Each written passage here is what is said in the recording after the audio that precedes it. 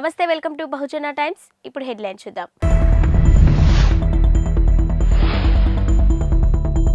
నేడు విశాఖలో సీఎం జగన్ పర్యటన. విజన్ విశాఖ సదస్సులో పాల్గొననున్న జగన్.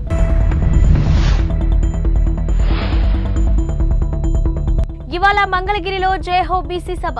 చీఫ్ గెస్టులుగా పాల్గొనున్న బాబు పవన్.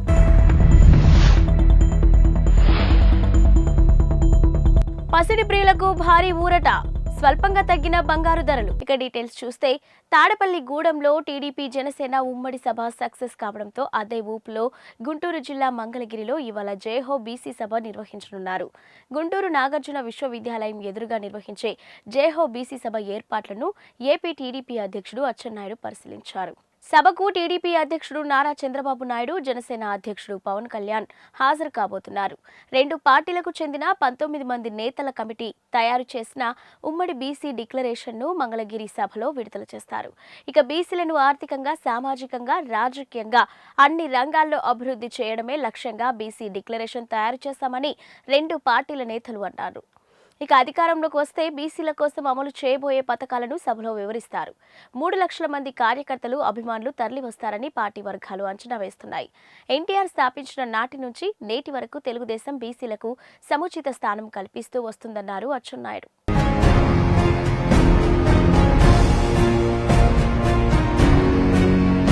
ఏపీలో ఎన్నికలు దగ్గర పడుతున్న తరుణంలో కీలక పరిణామాలు చోటు చేసుకుంటున్నాయి.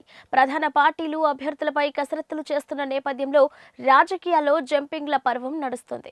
ఇక ఈ క్రమంలోనే సీఎం క్యాంపు కార్యాలయంలో Allagadda BJP in charge Bhuma Kishore Reddy YCP అధినేత జగన్ సమక్షంలో పార్టీ కండువా కప్పుకున్నారు. అలాగే కిషోర్ రెడ్డితో పాటు భూమా వీరభద్రారెడ్డి, గంధం భాస్కర్ రెడ్డి, అంబటి మహేశ్వర్ రెడ్డి, పలువురు స్థానిక బీజేపీ నాయకులు వైసీపీలో చేరారు.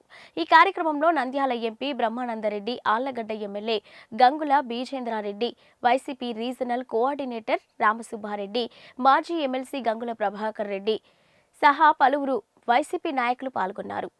ఈ సందర్భంగా భూమా కిషోర్ మాట్లాడుతూ, భూమా అఖిలప్రియ ఓ క్రిమినల్ అని, ఆమె తన భర్తతో కలిసి కిడ్నాప్లు, దొంగతనాలు, కబ్జాలు చేస్తున్నారని సంచలన ఆరోపణలు చేశారు. అలాగే గంగుల నానిని గెలిపించడం కోసం భూమా కుటుంబం పనిచేస్తుందని, భూమా అఖిలప్రియ ఓటమి కోసమే పనిచేస్తానని చెప్పారు. ఇక సీఎం జగన్ చేస్తున్న అభివృద్ధి, సంక్షేమం చూసి పార్టీలో చేరానని తెలిపారు. అలాగే ఏపీలో బీజేపీ నాయకులు టీడీపీ ఇచ్చే సీట్ల కోసం ఎదురు చూస్తున్నారే తప్ప నేతల, కార్యకర్తల మనోభావాలను అర్థం చేసుకోవట్లేదని భూమా కిషోర్ అన్నారు. APCC Kisan cell president Jatti Gurunatharao, Jangareddygudem మాజీ జెడ్పీటీసీ ముప్పిడి శ్రీనివాసు వైఎస్ఆర్సీపీలో చేరారు. ఇక తాడపల్లిలోని సీఎం క్యాంపు కార్యాలయంలో సీఎం వైఎస్ జగన్ సమక్షంలో వారి పార్టీలో కండువా కప్పుకున్నారు. వైఎస్ఆర్సీపీ regional coordinator MP PV Mithun Reddy, Eluru MLA Alla Nani తదితరులు పాల్గొన్నారు. ఇక అనంతరం సీఎం క్యాంపు కార్యాలయం మీడియా పాయింట్ వద్ద జట్టి గురునాథరావు మాట్లాడారు. ఏపీలో కాంగ్రెస్ ఇతరులకు లాభం చేకూర్చే పార్టీలాగా మారిపోయిందన్నారు. రాష్ట్రంలో కాంగ్రెస్ నేతలు టీడీపీ అధినేత చంద్రబాబు ఇచ్చిన స్క్రిప్ట్ చదవడం నేర్చుకున్నారని చెప్పారు. అందుకే కాంగ్రెస్ పార్టీ విధానాలు, ఆ పార్టీ నేతల వ్యవహార శైలి నచ్చక వైఎస్ఆర్సీపీలో చేరామని తెలిపారు. టీడీపీ జనసేన కూటమిపై మాజీ మంత్రి గుడివాడ ఎమ్మెల్యే కొడాలి నాని సంచలన వ్యాఖ్యలు చేశారు. రాజమండ్రిలో వైసీపీ ఆధ్వర్యంలో ఏర్పాటు చేసిన సిద్ధం సభలో కొడాలి నాని పాల్గొన్నారు.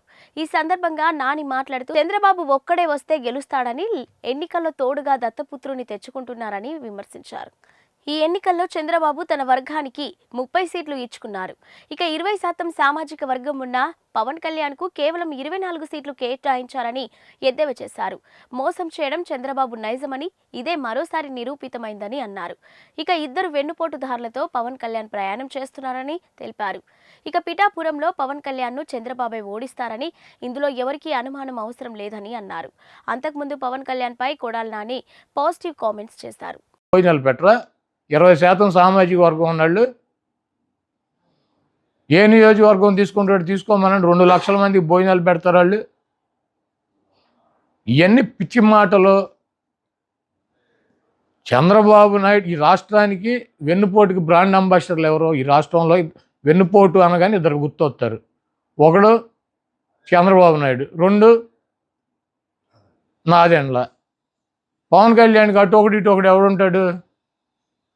ఈ పక్క ఏమో నాదెండ్ల మనోహర్ కూర్చుంటాడు, ఈ పక్కన చంద్రబాబు నాయుడు కూర్చుంటాడు. మనం సిద్ధం సభలో చూసాంగా, ఇద్దరు బ్రాండ్ అంబాసిడర్ల వెన్నుపోటుకి ఒకడేమో వెనకాలే తిరుగుతూ ఉంటాడు, ఇంకోడేమో ఎప్పుడు కావాలంటే అప్పుడు వెళ్ళి కలిసి వస్తూ ఉంటాడు. వీళ్ళిద్దరూ కలిసి పవన్ కళ్యాణ్ ఏం చేస్తారు ఈ రాష్ట్ర ప్రజలకు తెలియదా? ఆయన పార్టీ కేడర్కి తెలియదా? ఆ సామాజిక వర్గానికి తెలియదా? ఈరోజు పవన్ కళ్యాణ్ని రక్షించుకోవాల్సినటువంటి అవసరం చంద్రబాబు దగ్గర నుంచి జన సైనికులకి, ఆయన పార్టీకి మద్దతు ఇచ్చేటువంటి ఓట్ బ్యాంక్కి వాళ్ళకు ఉంది. ఎందుకంటే ఎన్టీ రామారావు లాంటి మహానుభావుడిని వాళ్ళిద్దరూ వెన్నుపోటు పొడిచి అవతల పారేశారు. ఈ పవన్ కళ్యాణ్ ఎంత ఆయనతో పోల్చుకుంటే? అధికారంలో ఉండి ముఖ్యమంత్రి పీఠం మీద ఉన్నాడని కోల్దోసి పక్కన పడేశారు ఇద్దరు, నాదెండ్ల నారావారు. పవన్ కళ్యాణ్ ఎంత 24 సీట్లు ఇచ్చి దాంట్లో 14 సీట్లు అసలు ఓడిపోయే సీట్లు ఇచ్చి, చంద్రబాబు నాయుడు ముఖ్యమంత్రి అవ్వాలి, జనసేనకి సీట్లు రాకూడదు, ఆ ఓట్ బ్యాంక్తో ఈయన ఒక 100-150 సీట్లు సాధించాలని నేను ప్రయత్నం.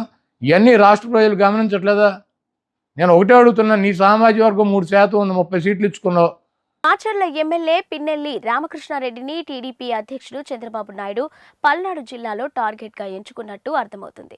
ఇక పల్నాడు ప్రాంతంలోని దాచపల్లిలో జరిగిన రా కదలి రా సభలో చంద్రబాబు రామకృష్ణారెడ్డి అతని సోదరుడు చేస్తున్న అక్రమాల గురించి ఉతికి ఆరేశాడు. చంద్రబాబు పిన్నెల్లి అక్రమాలను ఏకరువు పెడుతుంటే సభకు హాజరైన ప్రజానికం నివ్వెరపోయారు. ఇప్పటివరకు పిన్నెల్లి బ్రదర్స్ అక్రమాలు మాచర్ల ప్రజలకే తెలుసు అనుకుంటున్నారు.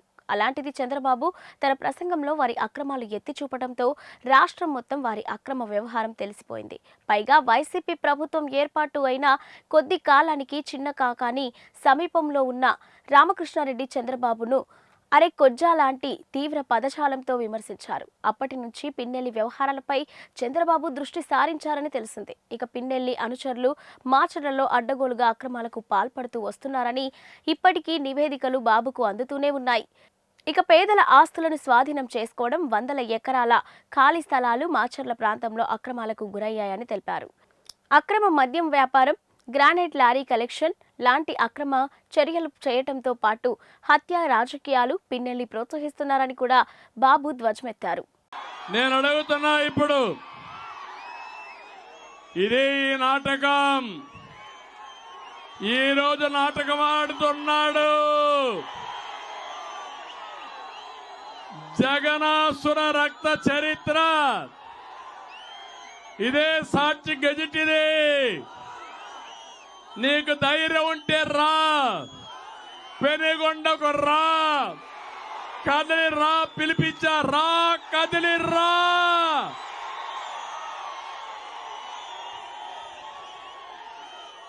చర్చకు రా, కదిలి రా. ఎవరు వివేకాన్ని చంపారో చెప్పాల్సిన అవసరం ఉందా లేదా మీకు? మీరు తెలుసుకోవాల్సిన అవసరం ఉందా లేదా మీకు? ఏమయ్యా తమ్ముళ్ళు, హత్యలు చేసే వాళ్ళు ముఖ్యమంత్రిగా అర్హులా? అర్హులాని మిమ్మల్ని అడుగుతున్నా. ఆమోదిస్తారా అని మిమ్మల్ని అడుగుతున్నా. నీ ప్రాణానికి రక్షణ ఉందా? మీ ఆడబిడ్డల శీలానికి రక్షణ ఉందా? నాకు రక్షణ ఉందా? వేదిక పైన రక్షణ ఉందా? ఇలాంటి దుర్మార్గుడు అవసరమా మనకు? అవసరం లేదంటే గట్టిగా చప్పట్లు కూడా చెప్పండి. తెలుగు ప్రజల ఉనికిని ప్రపంచానికి చాటి చెప్పేలా ఆనాడు ఎన్టీఆర్, చంద్రబాబు పనిచేశారని, కానీ ఇప్పుడు రాష్ట్రంలో దుర్భర పరిస్థితులు చూస్తున్నామని, ప్రజల జీవితాలు గతుకులమయం అయ్యాయని సినీ నటుడు హిందూపురం ఎమ్మెల్యే బాలకృష్ణ వ్యాఖ్యానించారు. పెనుగొండలో ఏర్పాటు చేసిన బహిరంగ సభలో ఆయన పాల్గొన్నారు. వైసీపీ ప్రభుత్వంపై తీవ్ర స్థాయిలో మండిపడ్డారు. వైసీపీ ప్రభుత్వం అధికారంలోకి వచ్చాక పోలవరాన్ని సంవత్సరంలో పూర్తి చేస్తానని ప్రగల్భాలు పలికారని, ఇప్పటికి 4 ఏళ్లు అవుతున్నా పూర్తి చేయకపోవడం మన రాష్ట్రానికి పట్టిన కర్మ అని దుయ్యబట్టారు.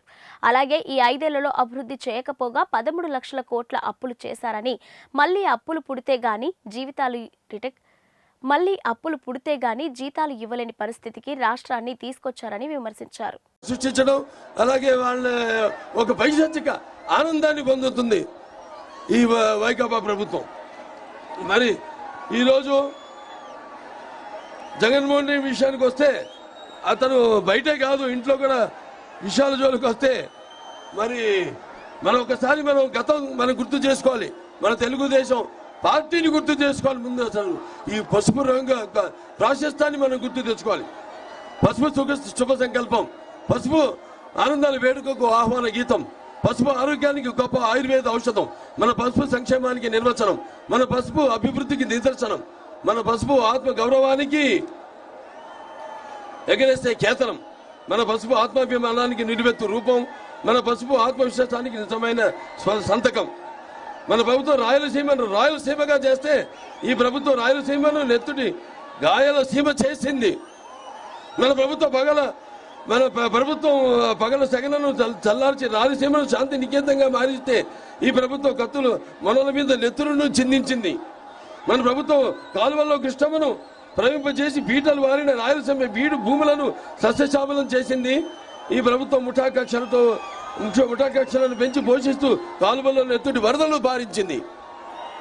మన ప్రభుత్వం అభివృద్ధికి పెద్దపీట వేసి కియా లాంటి భారీ పరిశ్రమలను, ఐఐటి లాంటి జాతీయ విద్యా సంస్థలను నెలకొల్పితే ఈ ప్రభుత్వం వాటిని అభివృద్ధి చేయకపోగా వాటిని నిర్లక్ష్యంతో నిర్వీర్యం చేసింది. సిద్ధం అన్నాడు జగన్. దేనికి సిద్ధం? బాబాయిని చంపేసి తల్లిని చెల్లిని గెట్టేసి బాబాయిని చంపిన నిందితులు కాపాడుతూ చెల్లికి ద్రోహం చేశావు. వారికి సమాధానం చెప్పడానికి సిద్ధమా? ప్రతి ఏటా జాబ్ క్యాలెండర్ ఇస్తానని నమ్మి బలికి కొత్తవి రాకపోగా ఉన్న పరిశ్రమలను వెళ్ళగొట్టి గంజాయికి బానిసలు చేసిన యువతకు సమాధానం చెప్పడానికి సిద్ధమా? అధికారంలోకి వచ్చిన వారం రోజుల్లో సిపిఎస్ రద్దు చేస్తామని హామీ ఇచ్చిన ఉద్యోగులకు సమాధానం చెప్పడానికి సిద్ధమా? రాష్ట్రానికి రాజధాని లేకుండా 3 రాజధానుల పేరుతో అమరావతి రైతుల త్యాగాన్ని అవహేళన చేసి నువ్వు రైతులకు ప్రజలకు సమాధానం చెప్పడానికి సిద్ధమా?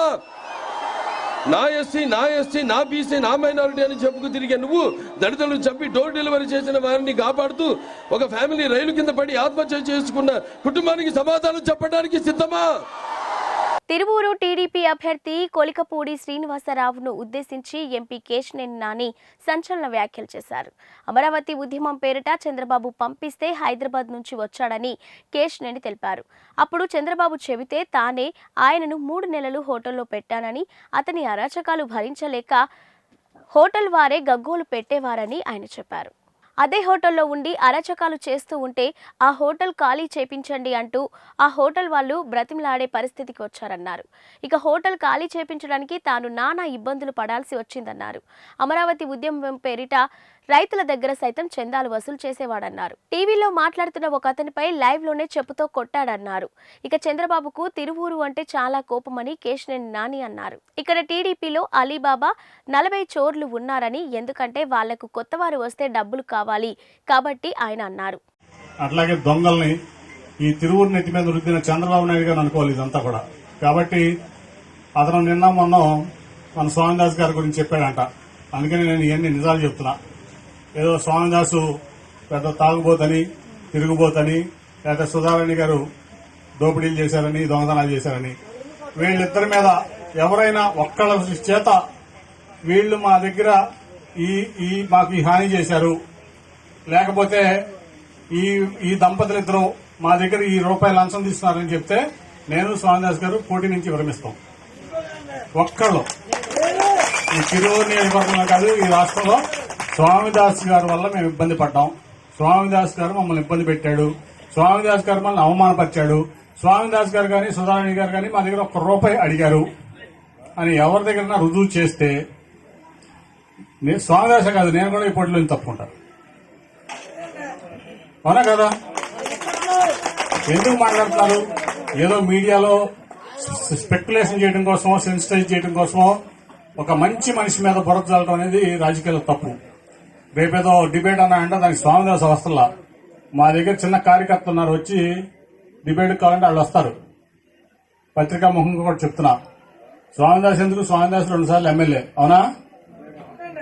ఒక చదువుకున్న వ్యక్తి, గెస్టెడ్ ఆఫీసర్ స్వామిదాస్ గారు, సుధారాణి గారు. నీకులాగా ఆవారా కాదు. వాళ్ళు నీకు ఎందుకు వస్తారు డిబేట్ కి, డిస్కషన్ కి? ఈ రోజు జాయిన్ అయిన వెళ్తారంట. మా కుటుంబరావేగా, మా కుటుంబరావు చెప్తున్నాడు. మా కుటుంబరావు ఈ రోజు జాయిన్ అయిన వెళ్తారు. పాత వైసీపీ వాళ్ళు కూడా అవసరం లేదని. అంత మంచి వ్యక్తులు వాళ్ళు. కాబట్టి దాంట్లో ఈ రోజు నేను చెప్తున్నా, మీరు ఏమండి, స్వామిదాస్ గారు 40,000 నుంచి 50,000 మెజారిటీతో గెలవబోతున్నాడు. వాళ్ళ ఆర్థిక అవసరాల కోసం ఏపీ సెక్రటరియేట్ను వైసీపీ ప్రభుత్వం తాకట్టు పెట్టిన అంశం రాష్ట్ర రాజకీయాల్లో కలకలం రేపుతుంది. ఈ నేపథ్యంలో ప్రధాని మోదీకి ఎంపీ రఘురామకృష్ణరాజు లేఖ రాశారు. 350 కోట్లకు సచివాలయాన్ని ఏపీ ప్రభుత్వం తాకట్టు పెట్టిందని లేఖలో ఆయన అన్నారు. ఏపీ ప్రభుత్వం రాజ్యాంగ ఉల్లంఘనలకు పాల్పడుతుందని అన్నారు. దీనిపై విచారణ జరిపించాలని కోరారు. పీఎంను జగన్ కలిసే లోపే తాను లేఖ రాశానని చెప్పారు. ఏ ప్రభుత్వం బ్యాంకు కూడా సెక్రటరియేట్ను తాకట్టు పెట్టుకోవడానికి ముందుకు రాకపోవడంతో ప్రైవేటు బ్యాంకు హెచ్డిఎఫ్సి బ్యాంకు తాకట్టు పెట్టుకుందని తెలిపారు. రేపు వేరే ప్రభుత్వం అధికారంలోకి వస్తే హెచ్డిఎఫ్సి బ్యాంకు యాజమాన్యం ఎవరిని సెక్రటరియేట్ లోపలకు రానివ్వదని అన్నారు. ఇక సెక్రటరియేట్ను తాకట్టు పెడుతూ ఉంటే చీఫ్ సెక్రటరీ ఎలా ఒప్పుకున్నారని పసిడి ప్రియులకు భారీ ఊరట లభించింది. ఇవాళ బంగారం, వెండి ధరలు స్వల్పంగా తగ్గాయి. హైదరాబాద్ మార్కెట్లో బంగారం ధరలు వరుసగా రెండో రోజు స్వల్పంగా తగ్గాయి. 10 గ్రాముల బంగారంపై 10 రూపాయలు, కిలో వెండిపై 100 రూపాయల మేర తగ్గింది.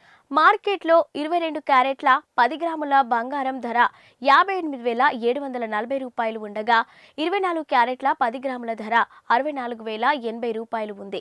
కాగా వెండి కిలో ధర 73,500 రూపాయలు ఉంది. దేశంలోని ప్రధాన నగరాల్లో బంగారం, వెండి ధరలు చూసినట్లయితే ఢిల్లీలో 22 క్యారెట్ల 10 గ్రాముల బంగారం ధర 58,890 రూపాయలు ఉంటే 24 క్యారెట్ల గోల్డ్ ధర 64,230 రూపాయలుగా ఉంది. ఇక ముంబైలో 22 క్యారెట్ల గోల్డ్ ధర 58,740 రూపాయలుగా ఉంటే 24 క్యారెట్ల ధర 64,080 రూపాయలుగా ఉంది. ఇక చెన్నైలో 22 క్యారెట్ల ధర 59,290 రూపాయలు, 24 క్యారెట్ల ధర 64,680 రూపాయలు. ఇక బెంగళూరులో 22 క్యారెట్ల ధర 58,740 రూపాయలు, 24 క్యారెట్ల ధర 64,080 రూపాయలుగా ఉంది. ఇక తెలుగు రాష్ట్రాల్లో హైదరాబాద్లో బంగారం ధర 22 క్యారెట్ల 10 గ్రాముల బంగారం ధర 58,740 రూపాయలు ఉంటే 24 క్యారెట్ల ధర 64,080 రూపాయలుగా ఉంది. ఇక వెండి ధర విషయానికి వస్తే ఇవాళ బంగారం బాటలోనే నడిచింది. ఢిల్లీలో కిలో వెండి ధర 73,000 రూపాయల 500 రూపాయలు పలుకుతుంది. అలాగే ముంబైలో 73,500, చెన్నైలో 76,900, బెంగళూరులో 72,650, కేరళలోని 76,900 రూపాయలు, కోల్కతాలోని 73,500 రూపాయలు ధర పలుకుతుంది. ఇక హైదరాబాద్లోని వెండి కిలో ధర 76,900 రూపాయలుగా ఉంది. ఇవి ఇప్పటివరకున్న బులెటిన్ అప్డేట్స్. మరిన్ని అప్డేట్స్తో మళ్ళీ కలుద్దాం.